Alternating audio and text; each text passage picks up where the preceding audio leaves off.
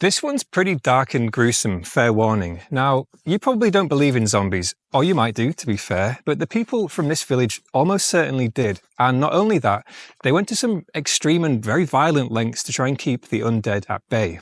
Now, this wasn't an uncommon concern back in medieval Europe. There's many records of people who had seen the undead walking the streets at night.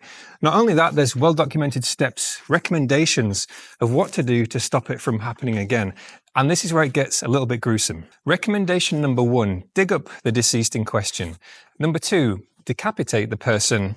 Number 3, optionally dismember the person. And number 4, burn them. And it was believed that these steps would make sure that that person couldn't possibly rise from the grave again. But how do we know that happened here? Well, this village is called Wharram Percy. It's in North Yorkshire in England, and it happens to be one of the most heavily researched medieval villages in Britain. And of all the skeletal remains that have been recovered from this village, many of them had slash marks, evidence of decapitation, and burning as well.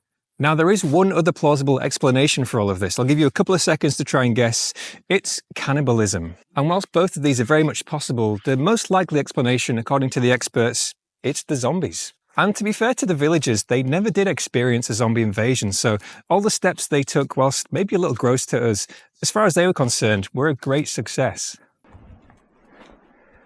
One last thing I will say about this place, if you do happen to come and visit, it's incredibly serene and peaceful. I know there's a bit of a dark history here, but it was the medieval times. Let's give them a break. I think we'd have all been grabbing shovels the same way they were with what was going on. Medieval light bulb, very advanced. Why is there so many flies?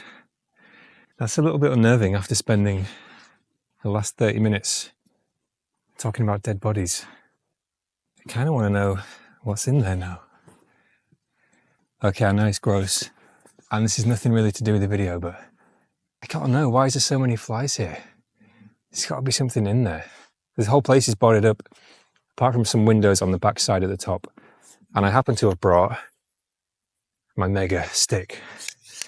All right, mega stick engaged. I don't even know if you can see or hear these, but they're really loud.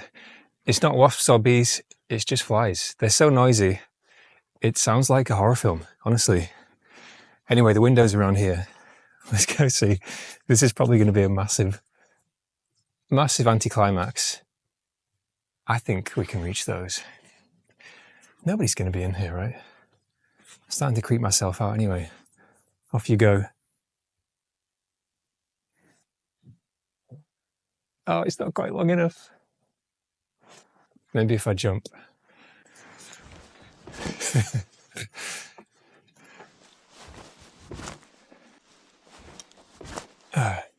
Oh. All right, this place is starting to give me the creeps. We'll find out in the edit if there's anything in there. This place is weird. Okay, I'm leaving. Sorry. We went off on a bit of a tangent there. Couldn't let the question lie. Still want to know.